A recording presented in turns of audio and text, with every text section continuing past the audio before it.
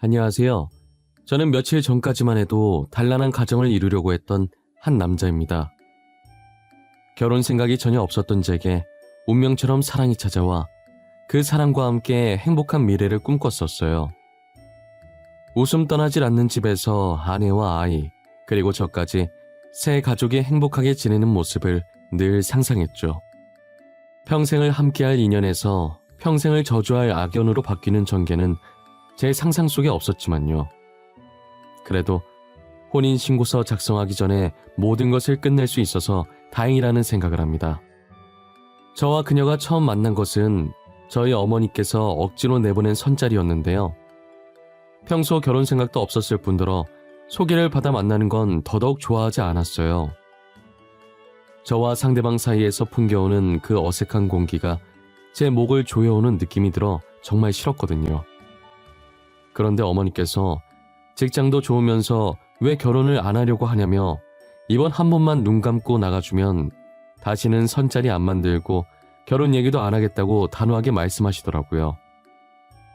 빈말은 안 하시는 성격이라 그 말에 꼬여서 처음이자 마지막 선자리를 나가게 된 것이에요.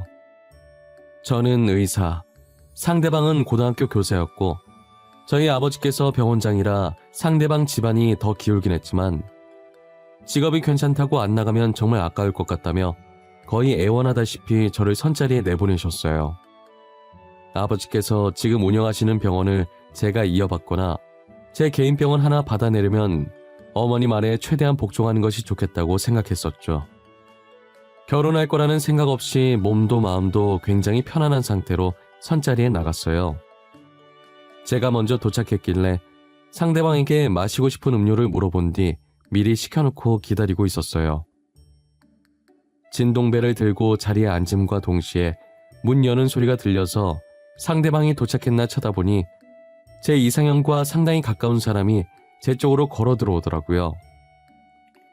설마 제 앞에 앉겠나 했는데 설마가 사람 잡는다고 제 이름을 말하면서 맞냐고 물어보는 거예요. 대답도 못하고 그녀 얼굴만 멍하니 바라보다 진동배의 소리에 놀라서 정신 차리고 맞다고 답했어요.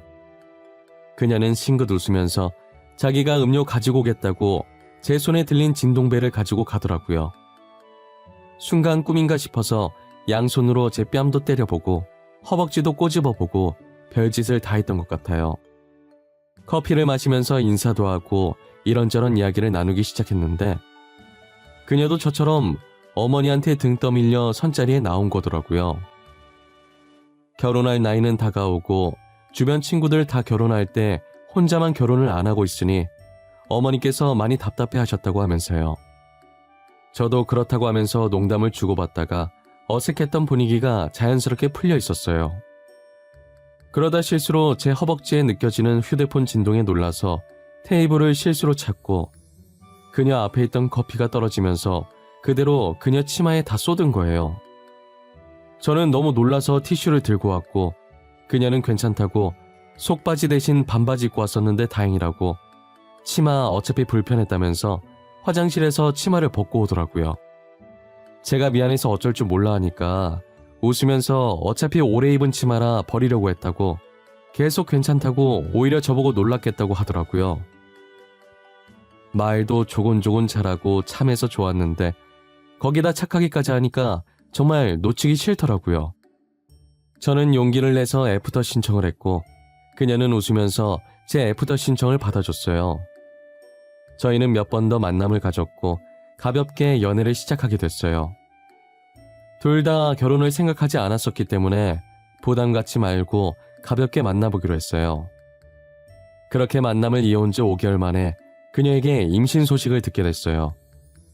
그녀가 우연히 포장마차를 보고 남자친구와 포장마차 데이트 한번 해보고 싶었다고 하길래 그까짓 거 한번 해보자고 들어갔다가 제가 술을 먹게 된 거예요. 별로 마신 것 같지 않았는데 그녀와의 데이트에 기분이 좋아서 그런가 금방 취하더라고요. 몸도 못 가눌 정도로 취해서 어쩔 수 없이 근처 호텔로 들어가게 되었고 그녀와 하루를 보내게 됐어요. 그녀의 임신 소식에 양가 부모님은 엄청 좋아하시면서 당장 결혼해야 한다고 날짜 잡자고 야단이셨어요. 결혼 생각 없던 저희라 부모님들께서 진짜 결혼 안 하면 어쩌나 걱정 많이 하셨었는데 이렇게 아이까지 생기니 바로 결혼해야 한다고 난리를 치실 수밖에 없으셨어요. 저희가 비록 연애 기간은 얼마 되지 않았지만 그동안 봐온 그녀의 인품으로 봐서 이대로 결혼을 했어도 정말 잘 살 수 있을 것 같다는 생각이 들었어요. 그녀는 뭐가 불안한지 상견례도 속전속결로 무사히 마치고 날짜까지 잡았는데 표정이 좋지 않더라고요. 어딘가 불안해 보이는 표정을 하고 있는 예비 아내의 손을 조심스레 잡고 말했어요. 뭐가 그렇게 불안해? 이제 막 알아가는 단계인데 벌써 결혼해서? 우리한테 다가올 미래가 무서워서 그러는 거야? 그래? 아무래도 그렇지. 우리가 1년을 연애한 것도 아니고 이제 고작 5개월 됐는데 결혼에 임신해. 안 무서운 게 이상한 거 아니야? 결혼 생활도 무섭고 애 낳는 것도 무서워. 내가 옆에 있는데 뭐가 무서워. 언제나 네 옆에 꼭 붙어서 널 지키고 있을 거야. 무슨 일이 생기든 무조건 우리 시은이랑 아기 옆에 있을 거야. 그러니까 너무 겁먹지 마. 우리가 결혼해서 잘 살 수 있을까? 애기 낳아서 잘 키울 수 있을까? 결혼도 처음이고 엄마가 되는 것도 처음이고 아는 게 하나도 없고 두려워. 나도 그래. 나도 처음이라 솔직히 무서워. 그래도 둘이 힘 합치면 뭐든 못하겠어? 우리 벌써부터 겁먹지 말자. 우린 분명 좋은 배우자, 좋은 엄마 아빠 될 수 있을 거야. 저는 갑작스러운 결혼과 출산에 두려움에 떨고 있는 예비 아내를 달래고 또 달랬어요. 솔직히 저도 이렇게 한 번에 닥친 상황에 예비 아내처럼 겁먹고 두려운 건 마찬가지였지만 이제 가장이 될 사람인데 제가 흔들리면 안 되겠다는 생각이 들었어요. 그래서 겁먹은 티 안 내고 예비 아내에게 잘할 수 있을 거라고 용기를 주었죠. 상견례까지 속전속결로 끝낸 것처럼 저희 결혼 준비도 아무 문제 없이 빠르게 끝낼 수 있을 줄 알았어요. 하지만 예상치 못한 예비 장모님의 개입으로 저희의 결혼 준비는 하나씩 틀어지기 시작했어요. 저희 쪽에서 신혼집을 하고 예비 처가댁에서 혼수를 해오기로 이야기가 끝난 상태였어요. 어차피 저희가 살 집이니 저희 마음에 들어야 한다고 신혼집 고르는 건 전적으로 저희한테 맡겼었어요. 집을 보러 다니려고 예비 아내와 시간을 맞춰서 만났는데 예비 장모님까지 같이 오신 거예요. 장모님과 함께 가겠다는 말이 없어서 당황스럽긴 했지만 그럴 수 있다고 생각했어요. 그날은 집 두 채를 보게 됐고 저와 예비 아내는 아이 키우기 적당한 평수라 둘 다 괜찮아 했지만 예비 장모님께서는 어디가 불만족스러우신지 계속 표정이 안 좋더라고요. 지서방, 여기 평수가 얼마나 된다고 했지? 28평이라고 했었나? 이렇게 좁은 집에서 아이를 어떻게 키울 생각인 거야? 아이 안 크면 몰라도 계속 자랄 텐데? 에이, 장모님, 28평이 뭐가 작아요? 방도 3개나 있는데요. 이 정도면 아이 키우기에도 충분하죠. 병원장도 별거 없나 보네. 28평을 누구 코에 붙여? 방 3개 있다고 해도 다 작아 보이는구만. 그리고 요즘 아파트에 방 3칸 아닌 곳이 어디 있어? 다 있지? 엄마, 그만해. 지금 뭐 하는 거야? 우리 집은 우리가 알아서 구한다고 했잖아. 굳이 따라와서는 왜 사람 신경만 긁고 있어? 우리가 알아서 할게. 아니, 내가 틀린 말 한 거 아니잖아. 못해도 40평짜리는 해와야 하는 거 아니니? 명색이 병원장 아들인데 말이야. 28평은 좀 수준 떨어지잖아. 내가 어디다 말하기에도 부끄럽고. 집이 뭐가 그렇게 중요해요. 저희만 잘 살면 되는 거 아닌가요? 저는 40평까지는 필요 없다고 생각해요. 청소하기도 힘들고요. 이렇게 말이 안 통해서야 원. 됐다. 말해봤자 같은 말만 할 것 같으니 그만하자꾸나. 신혼집은 알아서들 잘 구해봐. 나중에 후회나 하지 말고. 나는 간다. 예비 장모님은 신혼집 평수로 제 속만 긁어놓고 호련히 가버리셨어요. 저희만 잘 살면 되는 건데 왜 계속 저희를 이용해서 남에게 잘났다는 걸 보여주려고 하는지 모르겠어요. 병원장 아들이라고 해서 꼭 40평 아파트에 살아야 한다는 법이 있는 게 아니잖아요. 집 둘러볼 때부터 계속 뷰가 어쩌고 물수압이 어쩌고 하면서 집이 안 좋다고 핑계대더니 결국엔 평수가 마음에 안 들어서 뭐든 딴지를 걸고 있었던 거예요. 저는 40평 아파트 해갈 생각이 전혀 없었고 며칠 더 둘러보다가 32평짜리 단독주택으로 계약하게 됐어요. 마당도 있어서 아이가 뛰어놀면 좋을 것 같기도 하고 예비 안 해도 좋다면서 만족했죠. 이제 집에 혼수만 들어오면 결혼에 필요한 모든 준비가 끝났었어요. 혼수는 처가댁에서 알아서 해주기로 했다는 아내의 말을 믿고 기다리고 있었어요. 얼마 지나지 않아 신혼집에 혼수를 넣어놨다는 이야기를 들었고 바빠서 한동안 가보지를 못했어요. 시간 나면 가봐야지 했는데 막상 가려고 하니 좀처럼 시간이 나질 않더라고요. 거기다 뻑하면 예비 장모님께서 친구 모임에 저를 부르셔서 시간이 나도 거기 따라다니느라 바빴죠. 저는 신혼집 문제로 예비 장모님께 점수가 많이 깎였다는 생각에 더 이상은 밉상 보이고 싶지 않아서 예비 장모님이 부르실 때마다 거절하지 않고 나갔어요. 하지만 예비 장모님은 저를 자랑하는 척하면서 제 카드에만 관심이 많았어요. 항상 저를 부르는 곳이 저도 못 가본 고급 레스토랑이나 고급 호텔이었어요. 여기야 지서방.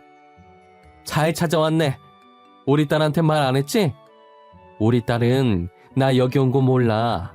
우리 둘 비밀이다. 그리고 여기는 내 친구들 인사해. 이야, 너 사이 하나 잘 골랐네. 아주 기도 훤칠하고 인물이 좋네. 무슨 복으로 저런 사이를 얻은 거야? 너네 딸도 참 능력 좋아. 그러게, 날 닮아서 남자 보는 눈이 있어. 병원장 아들 만나는 게 쉬운 일 아니지. 조만간 우리 사위 개인 병원도 하나 생길 것 같은데 개원하면 다들 그 병원으로 옮겨. 장모님, 그게 무슨 소리예요? 저 아직 개인 병원 개원할 생각 없어요. 이렇게 마음대로 거짓말을 치시면 어떡해요? 대충 그렇다고 하고 넘겨. 그리고 카드 들고 왔지? 우리 조만간 일어날 거니까 멋있게 미리 결제해주고 가. 나도 체면이 있지. 사이가 먼저 결제해주고 가면 얼마나 부러워하겠어. 갑자기 계획에도 없는 제 개인 병원 개원 얘기에 놀라서 예비 장모님만 들릴 정도로 작게 속닥거렸어요. 예비 장모님도 속닥거리며 아무렇지 않게 대답하고 본인들이 먹은 것들 결제까지 하라고 하시더라고요. 어이가 없어서 예비 장모님을 바라보면 표정 변화 하나 없이 눈짓으로 카운터를 가리키는 거예요. 괜히 얼굴 붉힐 일 만들었다간 저만 손해일 것 같아서 30만 원 결제하고 레스토랑을 빠져나왔어요. 이런 식으로 계속 제가 병원장 아들이라는 걸 내세워서 친구들에게 체면 차리고 비싼 밥, 자기가 사는 척하면서 제게 결제를 맡기셨어요. 저는 그래도 그 정도면 나름 애교로 참을 만한 정도였어요. 간만에 시간 내서 혼수 들어온 신혼집에 방문했더니 아주 가관이더라고요. 대충 멀리서 겉모습만 봤을 땐 새 것과 마찬가지로 엄청 깨끗했어요. 그런데 가까이 가서 보거나 안쪽까지 살펴보면 살짝 사용한 흔적들이 보이는 거예요. 예비 장모님은 제가 제품에 가까이 가려고 하면 뭘 그렇게 보냐고 맞기 바쁘셨죠. 장모님, 이리 좀 와보세요. 이거 새 제품들 맞아요? 새 제품 아닌 것 같은데? 당연히 새 제품이지. 왜? 뭐가 문제 있어? 문제 있을 리가 없을 텐데. 내가 혼수 드린 날에 분명 잘 작동하는지 다 확인했었어. 작동이 문제가 아니라요. 누가 사용했던 흔적들이 있어서요. 교환 신청해야 할 것 같은데. 장모님, 영수증 있으면 저한테 주시겠어요? 아무래도 상태들이 교환을 해야 할 것 같아요. 사실 지서방, 우리가 혼수 급하게 준비하느라 중고로 샀어. 근데 작동도 잘 되고 외관도 깔끔해서 새 거랑 다름없던데? 아니, 장모님, 그게 무슨 말이에요? 혼수를 중고로 사셨다고요? 아이, 세상에, 혼수를 중고로 사는 사람이 어디 있어요? 사용하는 데에만 문제 없으면 되는 거 아닌가? 사람이 왜 그렇게 꽉 막혔어? 일단 그거 써. 다음에 내가 새 제품으로 싹 다 바꿔줄 테니까. 그리고 어른한테 대드는 거 아니야. 알겠어? 도대체 자기 딸 시집 보내면서 중고로 혼수를 사는 사람이 세상에 어디 있단 말인가요? 저는 예비 장모님께 불만을 토로하려고 하는데 자켓 안에 넣어놨던 휴대폰이 시끄럽게 울리는 거예요. 잠시 다른 방에 들어가서 받으니 동기가 급한 일이 있다고 당직 서달라고 부탁하는 전화였어요. 대충 알겠다고 하고 다시 예비 장모님께 이건 좀 아닌 것 같다고 말하려고 거실로 나가려는데 예비 장모님과 예비 아내가 이야기를 나누고 있는 소리가 들리더라고요. 엄마, 나 무서워. 그냥 사실대로 말하고 파혼하면 안 돼? 나 승훈 씨 보기 미안해. 이러다 들키면 우리 둘 다 끝이야. 진짜 어쩌려고 그래. 에이, 안 걸린다니까 그러네. 나만 믿어. 절대 걸릴 일 없으니까. 너만 연기 제대로 잘하면 돼. 알겠어? 몰랐는데 여기 집값 장난 아니더라. 아주 봉잡았지. 엄마, 제발 우리 여기서 그만하자. 응? 나 그냥 다 말할래. 승훈 씨가 아이 아빠 아니라고. 승훈 씨랑 만나기 전에 만났었던 남자 아이라고. 너 미쳤어? 입 조심해. 지서방이 들으면 어쩌려고 그래.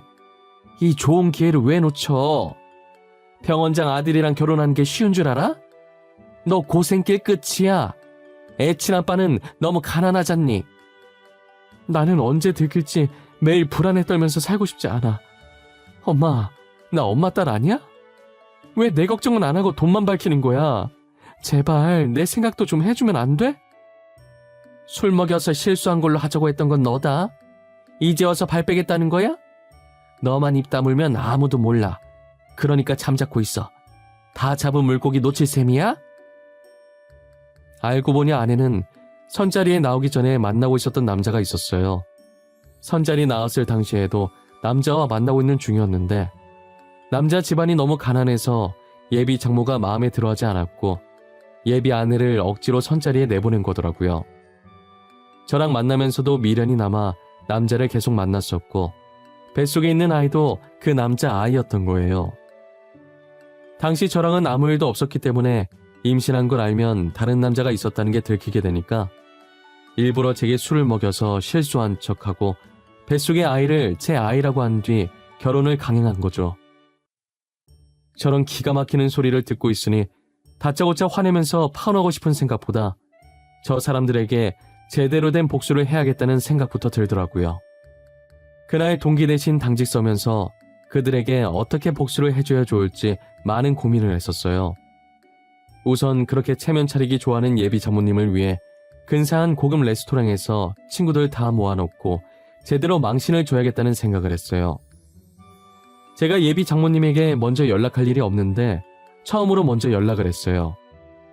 장모님, 저예요 지서방. 잘 지내셨어요? 다름이 아니라 제가 간만에 내일 쉬는 날이거든요. 저번 혼수일로 장모님께 화낸 거 죄송하고 그래서 장모님께 한턱 쏘려고 하는데 시간 괜찮으세요? 뭐 그런 일로 한턱 쏜다고 그래. 나야 남는 게 시간이긴 하지만. 에이, 괜찮아. 나 다 잊었어. 그렇게 속 좁은 사람 아니다. 혼수를 중고로 산 내 잘못 맞지? 아니에요. 그래도 어른께 그렇게 버릇없이 화내면 안 됐는데 정말 죄송해요. 대신 제가 땡땡호텔 레스토랑에서 밥 한 끼 살게요. 장모님 기도 살려드릴 겸 친구들도 부르세요. 뭐 진짜야? 진짜 내 친구들 다 불러도 되는 거야? 지서방이 어쩐 일이야? 어디 돈 들어올 구석이라도 있는 거야? 거기 엄청 비싼 곳으로 소문났던데 괜찮겠어? 장모님 위해서 쓰는 건데 뭐가 아까워요. 하나도 안 아까워요. 친구들도 부르고 저희 재밌는 시간 보내요.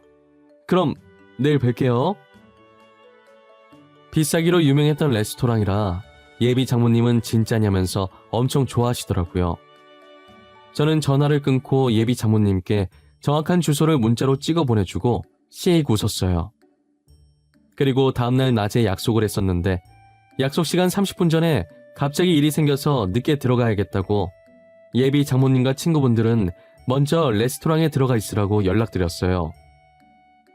예비 장모님은 제 말을 철석같이 믿고 아무 의심 없이 친구들과 레스토랑에 들어가서 음식을 시켰어요. 한창 분위기 좋을 때쯤 본격적인 작전에 들어갔죠. 장모님 어쩌죠? 제가 늦게라도 가려고 했는데 하루 종일 병원에 잡혀 있어야 할 것 같아요.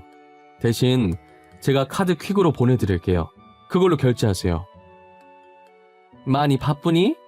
그럼 어쩔 수 없지. 아쉽다. 같이 먹었으면 좋았을 텐데.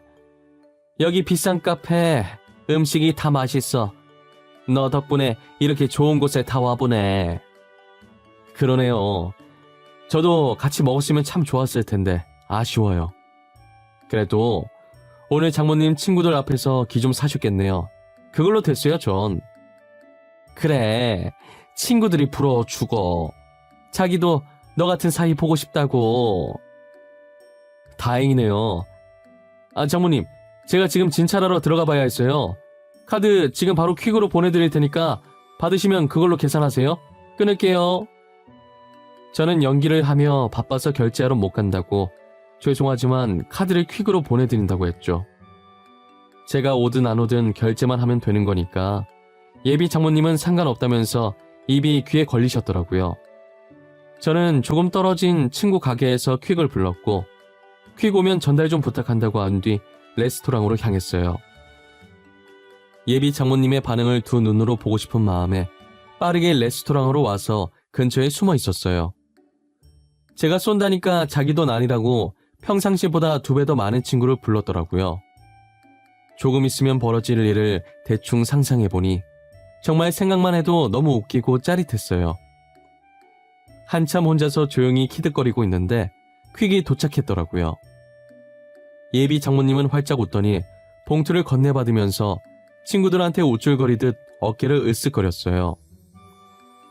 봉투를 열었는데 들어있어야 할 카드는 안 보이고 이상한 편지지 하나만 달랑 들어있으니 진짜 이게 끝인가 싶어서 몇 번이나 봉투를 흔들어 보더라고요. 예비 장모님은 마음에 안 든다는 듯 눈썹을 꿈틀거리더니 편지를 펼쳤어요. 눈으로 편지를 읽어 내려가면서 점점 표정이 굳어지는 거예요. 예비 장모님이 읽고 있는 편지엔 결제하러 갈 일 없다고 알아서 결제하라는 내용과 현재 예비안의 뱃속에 있는 아이가 제 아이가 아니라는 걸 알고 있다는 내용이 들어있었어요. 물론 결혼 또한 없던 일로 하겠다고 오늘부로 마주칠 일 없었으면 좋겠다고 했죠. 예비 장모가 편지를 본 뒤 얼굴이 새하얘지면서 손도 떨기 시작하니까 무슨 일인가 싶어서 장모님 친구가 옆에서 편지를 힐끗 보더니 입을 막고 경악하더라고요. 친구의 경악 소리를 듣고 놀라서 편지를 감춰보지만 이미 친구는 편지의 내용을 다 확인한 상태였어요. 너 정신 나갔어? 네 딸 다른 남자애 가진 거 다 알면서 숨기고 지금 사이랑 결혼시키려고 했던 거야? 간도 크다. 간도 커. 어떻게 그런 짓을 벌일 생각을 해? 아니, 그게 무슨 소리야? 다른 남자애라니. 결혼한다고 인사하던 사위 아니었어? 그 사람애 아니야. 다른 사람애래. 전에 만났던 남자애란다. 사위가 그거 알고 지금 얘 연맥이려고 이런 거고. 근데 이 정도면 애교지. 나 같으면 열받아서 이보다 더한 짓을 했을 거다. 아유, 왜 그랬니? 차라리 애를 떼지 그랬어. 애 아니었어도 결혼했을 것 같던데. 저번에 둘이 같이 있는 거 보니까 사이가 네 딸 엄청 좋아하는 것 같다만. 내 말이 진짜 왜 그랬냐? 네 복 네가 찬 거야. 아이고, 나는 모르겠다. 우리는 그만 일어나자. 네가 사준다고 해서 나온 거니까 계산은 네가 해. 말수가, 이건 진짜 네가 잘못한 거다. 그러게 왜 그랬어? 우리 먼저 가볼게. 미안하다. 다음에 연락하자. 저마다 예비 장모님에게 한마디씩 하고 하나둘 자리를 뜨더라고요.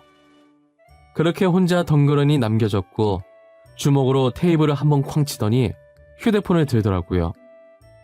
누가 봐도 저한테 전화를 걸 것 같아서 허겁지겁 전화를 꺼버렸어요.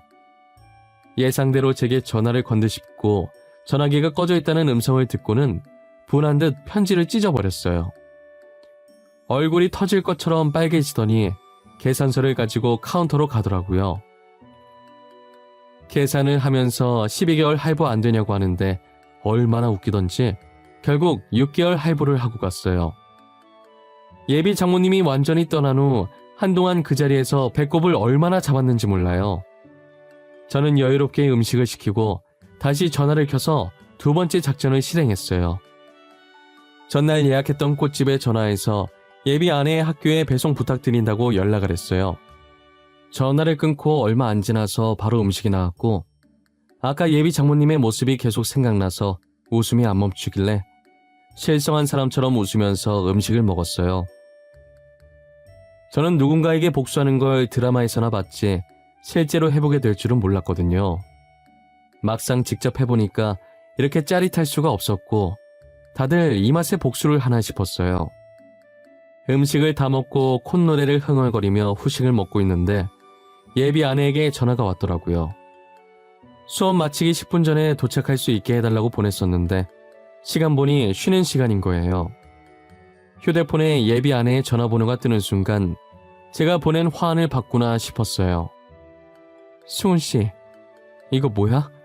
언제부터 알고 있었어? 아니, 그래도 이건 아니잖아. 어떻게 내가 다니는 직장에 이걸 보낼 수가 있어? 제정신이야? 그럼 다른 남자애를 내 애라고 속이고 결혼하려던 건 제정신이고 솔직히 화환 보낸 건 애교 아닌가? 더한 복수도 할 수 있는데 저 정도로 끝내준 거면 감사해야지, 안 그래? 문구를 왜 저딴 식으로 보낸 거야? 이미 선생님이랑 학생들 다 봤어. 이제 어쩔 거야? 내 교사 생활 어떻게 할 거냐고. 수은 씨가 책임질 거야? 방귀 낀 놈이 성낸다더니 딱 그 짝이네. 다른 남자애 가져놓고 나랑 결혼하려고 했니? 네가 중고로 산 혼수 돌려줄게. 파혼하자. 이 문구가 어때서? 팩트만 가지고 아주 착하게 말했잖아. 수화기 너머로 학생들과 선생님들의 웅성거리는 소리와 예비 아내의 헛웃음만 들리길래 중고로 산 혼수 집 밖에 내놓을 테니 들고 가라는 말만 하고 끊어버렸어요. 저는 곧장 혼수로 들어왔던 물건들을 다 밖으로 내놨어요. 원래 제가 부모님과 살고 있었는데 어차피 자취하려고 했었어서 그냥 신혼집에서 자취를 하기로 했어요. 가구들 몇 개 사고 들어가려고 며칠 동안 신혼집을 안 찾아갔었는데 소파 배송 왔다고 해서 간만에 신혼집을 갔더니 내놨던 혼수를 다 가지고 갔더라고요. 아마도 중고로 산 제품들 그대로 다시 중고거래 사이트에 내놨겠죠. 그거라도 팔아야 레스토랑에서 썼던 카드값 갚을 거 아니에요. 어차피 예비 아내도 학교에서 잘려서 돈 못 벌고 있을 텐데 그거라도 팔아야 하지 않겠어요? 제가 화환 보낸 이후로 학교에 있는 모든 사람들이 예비 아내를 안 좋은 시선으로 봤고 학생들 덕분에 부모님들 귀에까지 들어가게 되었다더라고요. 사기 결혼하려고 했던 그런 사람한테 뭐 배울 게 있겠냐면서 애 못 맡긴다고 해서 결국 잘렸대요. 다른 학교에도 다 소문이 나서 예비 아내를 써주려는 학교가 없었죠. 예비 장모님도 병원장 아들인 저를 사위로 맞이한다고 어깨 펴고 떵떵거리면서 지냈었는데 파혼하고 나서 친구들한테도 외면당하고 동네 사람들도 예비 장모님을 보면서 수군거린다더라고요. 돈에 눈 멀어서 다른 남자애 가진 딸을 애먼 사람한테 떠넘겼다고 하면서요. 결국 남한테 떠넘기려다 된통 자기들만 당한 꼴이 된 거잖아요. 다 자업자득으로 자기가 한 짓들 돌려받은 거라고 생각합니다. 저는 지금 파혼하고 오히려 더 승승장구하고 있어요. 전문의 시험도 합격했고 전문의 시험도 합격했고 신혼집으로 샀던 집도 재개발 소리가 들리면서 집값이 훌쩍 뛰었거든요. 정말 먹고 사는 건 저만 노력하면 되는 일이라 쉬운데 결혼은 혼자 힘으로 하는 것이 아니니 세상에 결혼보다 어려운 게 없는 것 같아요. 저희 어머니도 이번 일 겪고 선자리에 나오는 사람들 중에도 정상만 있는 건 아니라면서 다시는 제게 선보라는 말도 결혼하라는 말도 하지 않았어요. 저도 이 나이 먹으면서 별의별 일 다 겪어봤다고 생각했는데 이번 일같이 최악인 일은 또 없었어요. 인간관계란 너무 어렵고 나이는 정말 숫자에 불과했어요. 예비 장모님을 보니 뼈저리게 느끼게 되었답니다. 저는 이것 또한 경험이라고 생각하고 예비 장모님과 다르게 앞으로 성숙한 사람이 되려고 해요. 이렇게 사연을 보내려고 글을 쓰고 나니 어딘가 씁쓸한 감정이 밀려오네요. 여러분들은 부디 좋은 인연들과 함께 좋은 일들만 가득하길 바랄게요.